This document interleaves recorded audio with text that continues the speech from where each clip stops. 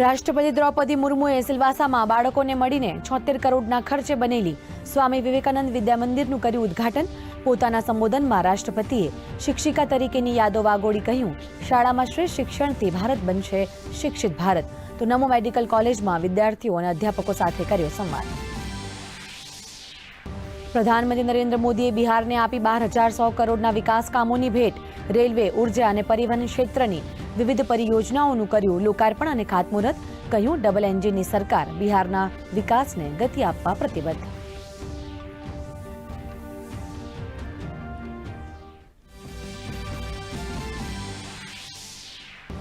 બનાસકાંઠા જિલ્લાની વાવ વિધાનસભા બેઠક પર 11 વાગ્યા સુધીમાં 24.39% મતદાન। ભાજપ ઉમેદવાર સ્વરૂપજી ઠાકોરે કર્યું મતદાન। વાવની પેટા ચૂંટણીમાં ભાજપ, કોંગ્રેસ અને અપક્ષ વચ્ચે જામ્યો છે ચૂંટણી જંગ।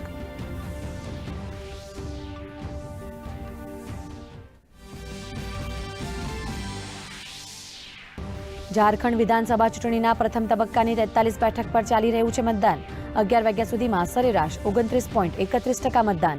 તો વાયનાડ લોકસભા બેઠક પર 27.4% વોટિંગ।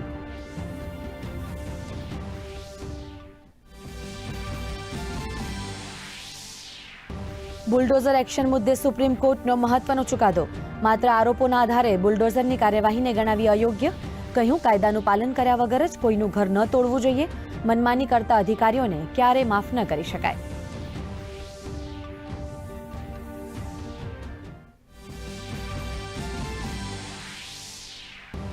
અમદાવાદની ખ્યાતિ હોસ્પિટલમાં બેદર્દીના મોત મુદ્દે તપાસનો ધમધમાટ।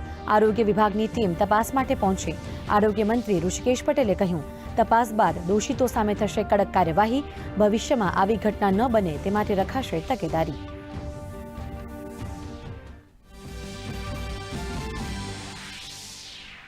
ગિરનારની લીલી પરિક્રમામાં ઉમટ્યું શ્રદ્ધાળુઓનું ઘોડાપુર। 36 કિલોમીટરના રૂટ પર 4.5 લાખથી વધુ શ્રદ્ધાળુઓ કરી રહ્યા છે પરિક્રમા। સાધુ સંતોએ ગિરનારને સ્વચ્છ રાખવા અને પ્લાસ્ટિકનો ઉપયોગ ન કરવા કરી અપીલ।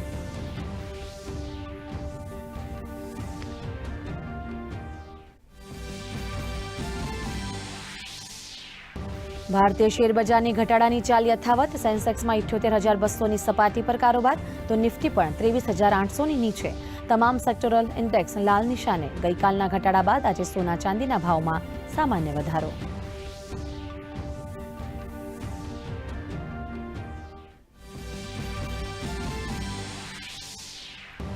અને ભારત અને દક્ષિણ આફ્રિકા વચ્ચે આજે રમાશે ત્રીજી T20 મેચ। 4 મેચની સિરીઝમાં 1-1થી બરાબરી। જીતના લક્ષ્ય સાથે મેદાનમાં ઉતરશે ટીમ ઇન્ડિયા। ભારતીય સમય અનુસાર રાત્રે 8:30 કલાકે શરૂ થશે મેચ।